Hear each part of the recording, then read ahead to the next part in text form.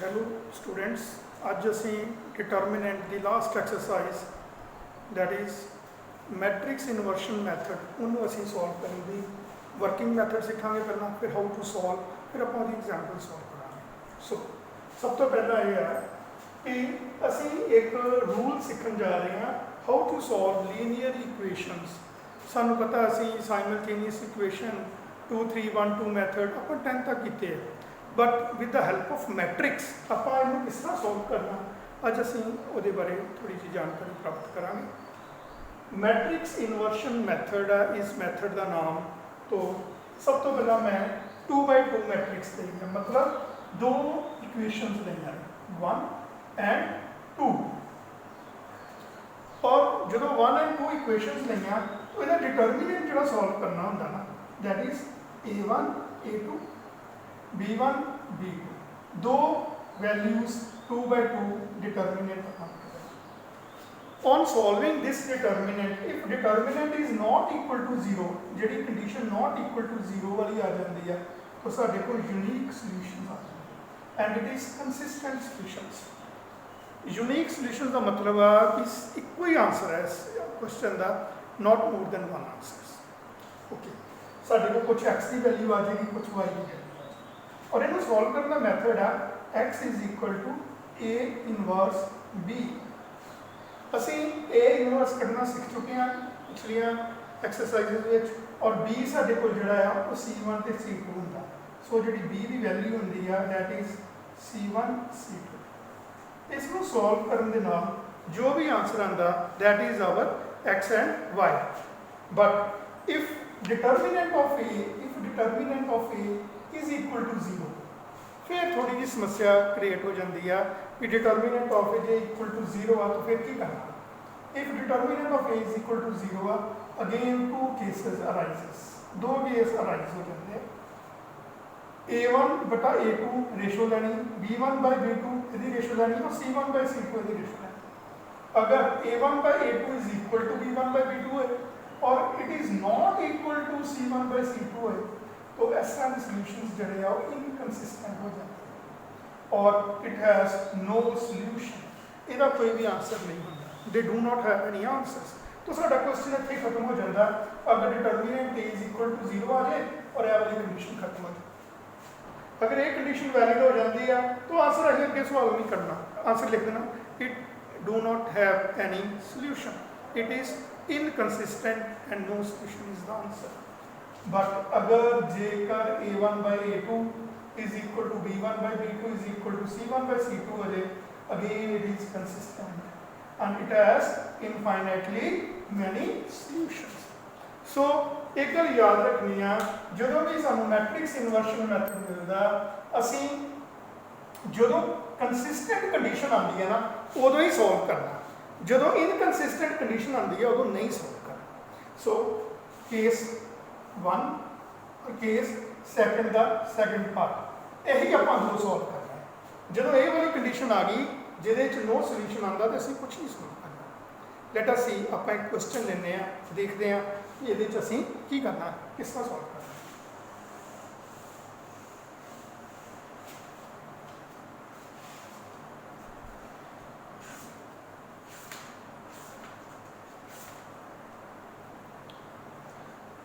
So the question is 3x minus 2y is equal to 7, 3x minus 2y is equal to 7 and 5x plus 3y is equal to 1, 5x plus 3y is equal to 1। ये असी एक question लिया to solve for the value of x and y, और असी matrix inversion method use करा। आप हमने गल की है सब तो पहला असी ए मैट्रिक्स लिखी। What is A matrix? 3 minus 2 5 2। मैं B मैट्रिक्स बारे गल की, B मैट्रिक्स की होंगी है 7 जो कॉन्स्टेंट्स होंगे। सब तो पहला सानू ये लीनियर इक्वेशंस विचों सानू मैट्रिक्स लिखनी आनी चाहिए। A मैट्रिक्स की है और B मैट्रिक्स की। A मैट्रिक्स है A1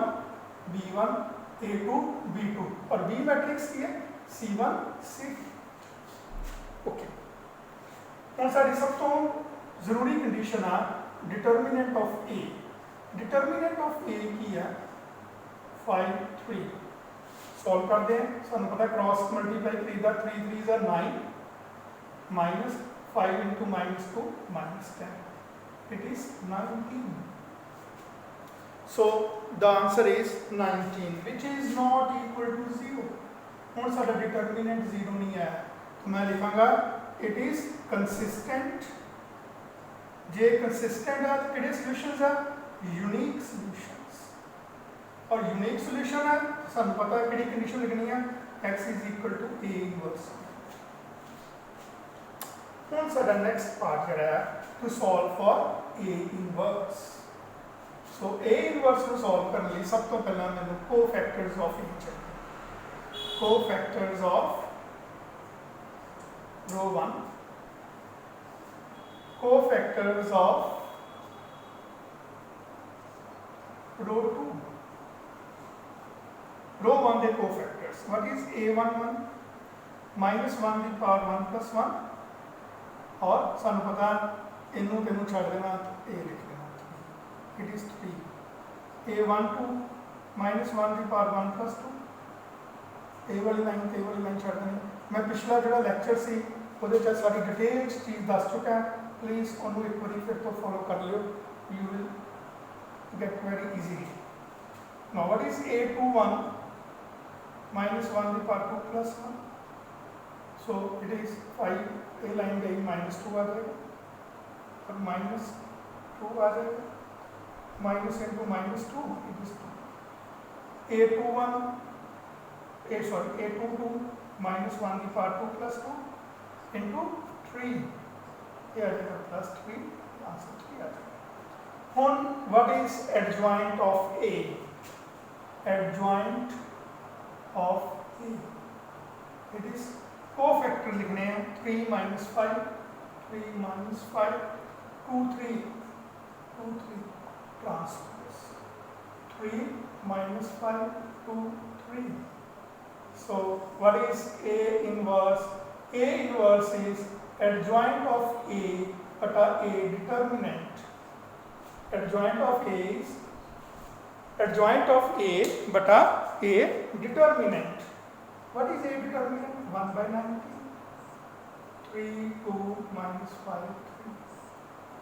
ਸਾਡੇ ਕੋਲ a inverse ਆ ਜਾਂਦਾ ਹੁਣ a inverse ਹੈਗਾ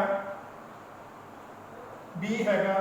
ਅਸੀਂ ਸਿਰਫ ਇੱਕ ਸਿੰਪਲ ਮਲਟੀਪਲੀਕੇਸ਼ਨ ਕਰਨੀ ਹੈ ਸੋ ਲੈਟ ਅਸ ਸੀ ਆਪਾਂ ਇੱਥੇ ਕਰਦੇ ਹਾਂ solve x is equal to a inverse b what is a inverse is 1 by 90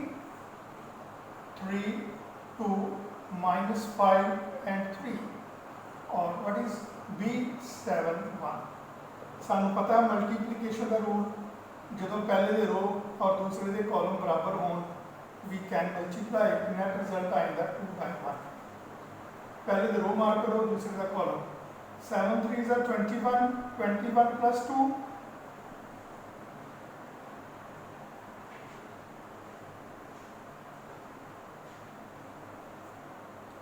minus 5 minus 35 plus 3 so the answer is 1 by 19 23 minus 32 so its answer is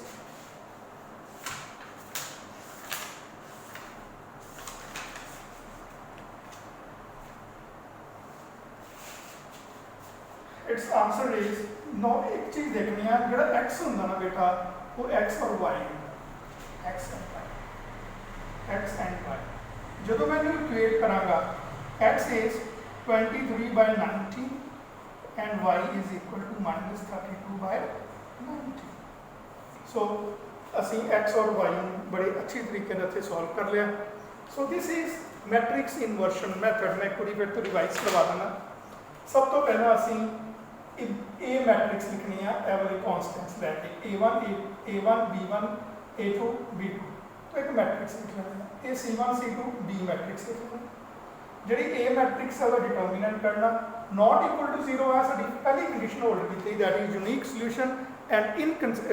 consistent solution. Consistent का मतलब होंगे भी ये answers आ सकते हैं, inconsistent का मतलब ये आंसर्स नहीं आ सकते।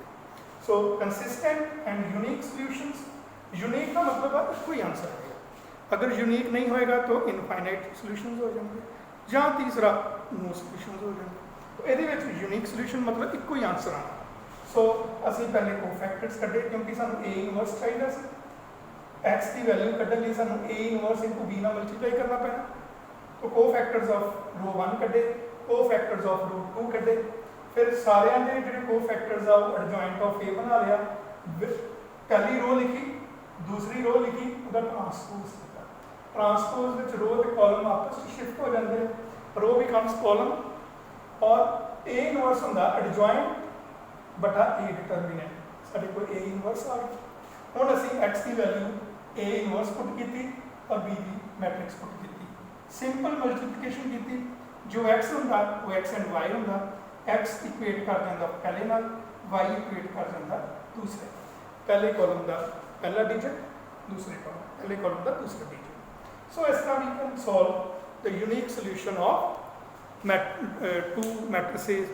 two linear equations by framing matrix, and it is called matrix inversion method of two linear equations। इस तरह ही साढ़े को 3 linear equations ने। So let us start for next।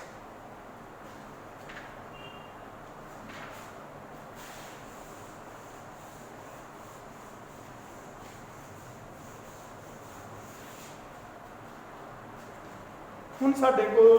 ਅਸੀਂ एक वर्किंग मैथड फिर कर लगे 3/3 का working method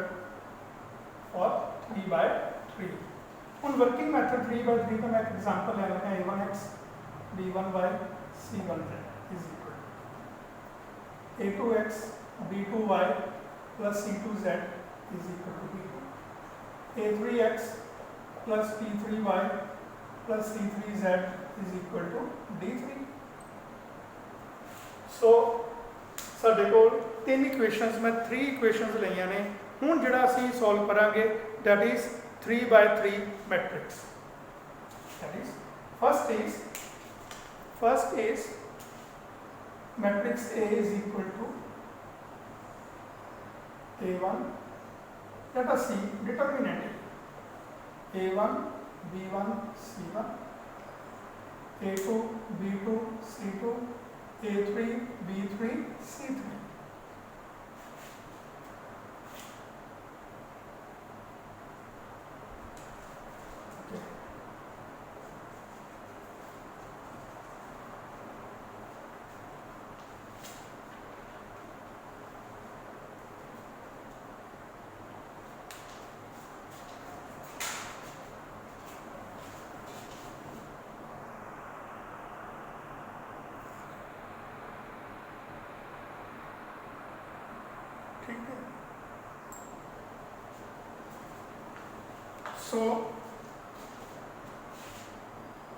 So first condition is determinant of A is not equal to 0. Second condition is determinant of A is equal to 0. Okay,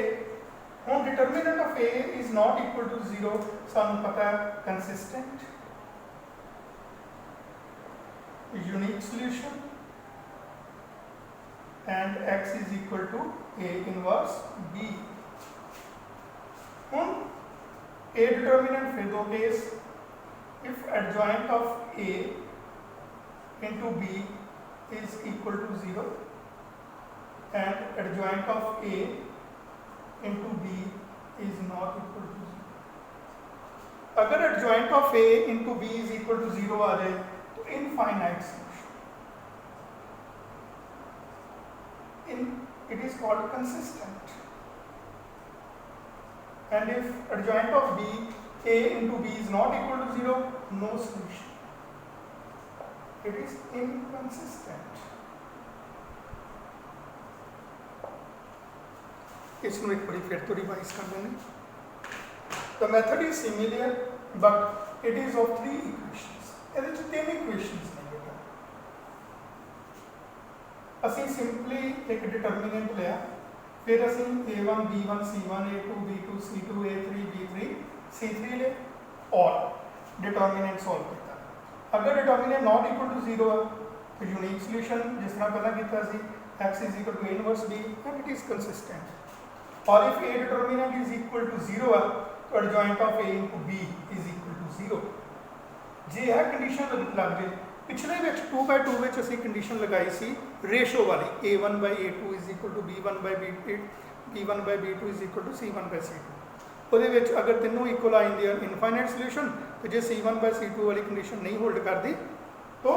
no solution ਪਰ ਇਹਦੇ ਵਿੱਚ ਕੀ ਹੈ ਜਿਹੜਾ ਤੁਸੀਂ a ਇਨਵਰਸ ਕੱਢਣ ਲੱਗਿਆ ਐਡਜੁਆਇੰਟ ਕੱਢਣਾ ਹੈ ਨਾ ਉਹਨੂੰ b ਨਾਲ ਮਲਟੀਪਲਾਈ ਕਰਨਾ ਅਗਰ 0 ਆ ਗਿਆ ਇਨਫਾਈਨਾਈਟ ਸੋਲੂਸ਼ਨ ਐਂਡ ਕੰਸਿਸਟੈਂਟ ਅਗਰ ਨਾਟ ਇਕੁਅਲ ਟੂ 0 ਆ ਗਿਆ तो it is no solution inconsistent so ये गल का ध्यान रखना है कि आप ये भी 3 केसेस लैके चलना इतने सानू फाइनल हो जाना जो ये डिटर्मिनेंट कढ़िया कि असं किहड़े केस में जान लगे अगर तो असं आ गए यूनिक सॉल्यूशंस तो सॉल्व करांगे अगर आ गया असी A determinant adjoint of B is equal to 0 consistent infinite आप सॉल्व करांगे मगर अगर आ गया adjoint of A to B is not equal to 0 फिर नो सॉल्यूशन फिर अगे सॉल्व नहीं करांगे So let us start with the question. So let us choose one question. So it is x plus 2y plus z is equal to 0. X plus 2y plus z is equal to 0. X plus y minus z is equal to 6 and 3x minus y minus 4z is equal to 7 फिर 3 equations आ गई 3 equations आ गई हैगा तो matrix inversion method but हुण असीं second working method सीखना जिहड़ा असीं बाद विच कीता so let us right A matrix A matrix आ गई 1 2 1 1 1 minus 1 3 minus 1 minus 4 and B matrix आ गई 0 6 and 7 on what is A determinant 1 2 1 3 1 minus 1 3 minus 1 minus 4 so A determinant सानू पता है ਆਪਾਂ सॉल्व कर चुके हैं डिटेल में चलू सॉल्व कर चुके हैं हुण उहदे बारे मैं नहीं गल करांगा सो अगर इनू फिर तो सीखना तो आप डिटर्मिनेंट किस तरह सॉल्व करीदा वो वाली लैक्चर आप एक बार फिर तो देख लवेंगे डिटेल मैं दस चुका वो सो मैं फस्ट रो ने एक्सपैंड किया 1 माइनस 2 एंड 1 तो वो संबंधित आप छोटे छोटे 2/2 determinant solve cross multiply -4 -1 -12 +3 -3 -3 -5 -2 into -9 -6 -5 plus 18 -6 11 it is 7 which is not equal to 0 not equal to 0 unique solution मतलब consistent इसका मतलब x is equal to a inverse b ਹੁਣ ਅਸੀਂ a ਇਨਵਰਸ b ਕਰਨਾ ਸਭ ਤੋਂ ਪਹਿਲਾਂ ਸਾਨੂੰ a ਇਨਵਰਸ ਕੱਢਣਾ ਪੈਣਾ a ਇਨਵਰਸ ਕੱਢਣ ਲਈ ਸਾਨੂੰ ਐਡਜੁਆਇੰਟ ਕੱਢਣਾ ਪੈਣਾ ਐਡਜੁਆਇੰਟ ਕੱਢਣ ਲਈ ਸਾਨੂੰ ਉਹਦੇ ਕੋਫੈਕਟਰਸ ਕੱਢਣੇ ਪੈਣੇ so cofactors of first row cofactors of row 1 cofactors of row 2 cofactors of row 3 so row 1 के जोड़े कोफैक्टर्स ने प्लीज लिसन a1 सो इनू छड़ देना ए लाइन छड़ देनी है a वाली छड़ देनी है -1 की power 1 + 1 1 -1 -1 -4 it is plus -4 -1 -5 a1 2 -1 की पावर 1 + 2 1 ये आ गया 1 -1 3 -4 ये आ जाएगा minus 4 plus 3 minus 4 plus 3 it is 1 A13 minus 1 to the power 1 plus 3 1 3 1 1 3 minus 1 plus minus 1 minus 3 it is minus 4. Now A21 second row तो शुरू होती है A वाली लाइन गई A वाली 2 1 minus 1 minus 4 2 1 minus 1 minus 4 it is minus A plus 1 minus 7 A22 minus 1 भी 2 plus 1 बार minus आएगा it is plus bar minus आएगा इट इज प्लस माइनस 1 की पावर 2 प्लस 2 सो 2 2 एल एन गई है 1 1 3 minus 4 1 1 3 minus 4 plus minus 4 minus 3 minus 7 8 2 3 minus 1 की power 2 plus 3 2 3 1 2 3 minus 1 1 2 3 minus 1 minus 1 minus 6 it is 7 A31 minus 1 the power 3 plus 1 3 1 2 1 1 minus 1 2 1 1 minus 1 minus 2 minus 1 minus 3 A32 minus 1 the power 3 plus 2 3 2 1 1 1 minus 1 1 1 1 minus 1 minus 1 minus 1 2 A3 3 minus 1 the power 3 plus 3 1 2 1 1 1 2 1 1 it is plus 1 minus 2 minus 1 so A ਸੀ ਸਾਡੇ all the cofactors ਹੁਣ ਅਸੀਂ ਇਹਨੂੰ ਐਡਜੁਆਇੰਟ ਵਿੱਚ ਲਿਖਾਂਗੇ ਮੈਂ ਡਿਟਰਮੀਨੈਂਟ ਵਾਲੀ ਇਹਨੂੰ करने लगा रब डिटर्मिनेंट साडा आया सी 7 so what is adjoint of A so पहला फर्स्ट रो लिखांगे फर्स्ट रो आ गई -5 1 and -4 second row 7 -7 and 7 third row -3 2 and -1 another transpose the answer will be row जड़ियां शिफ्ट कर देंगे column which -3 2 -1 so what is A inverse it is always adjoint of A बटा A determinant ਅਸੀਂ A determinant 7 निकाल लिया सी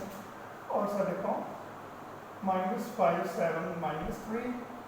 1 -7 2 -4 7 -1 ये साडा आ गया A inverse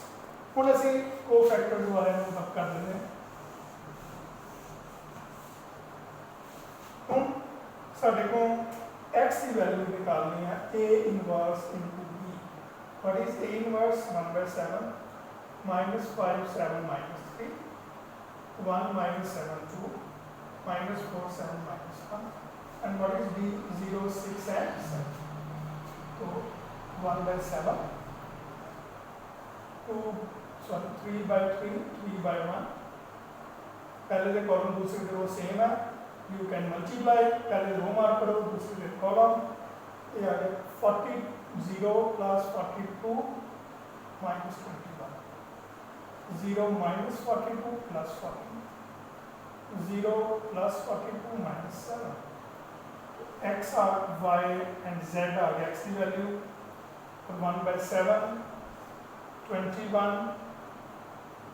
minus 28 35 so यदि वैल्यू अभी डिवाइड कर दिए 3 -4 and 5 so x आएगा x will be 3 y will be -4 and z will be 5 so ऐसी साडा 3/3 मैट्रिक्स ਨੂੰ मैट्रिक्स इन्वर्शन मेथड है किस तरह सॉल्व करना so both the methods are same for unique solution अगर साडे कोई इनफाइनाइट सॉल्यूशन कोई आंदा तो मेथड थोड़ा चेंज होगा ਆਪਾਂ ਨੈਕਸਟ ਲੈਕਚਰ ਵਿੱਚ ਇਨਫਾਈਨਾਈਟ ਸੋਲੂਸ਼ਨ ਬਾਰੇ ਵੀ ਥੋੜੀ ਜਿਹੀ ਗੱਲ ਕਰਾਂਗੇ so thank you so much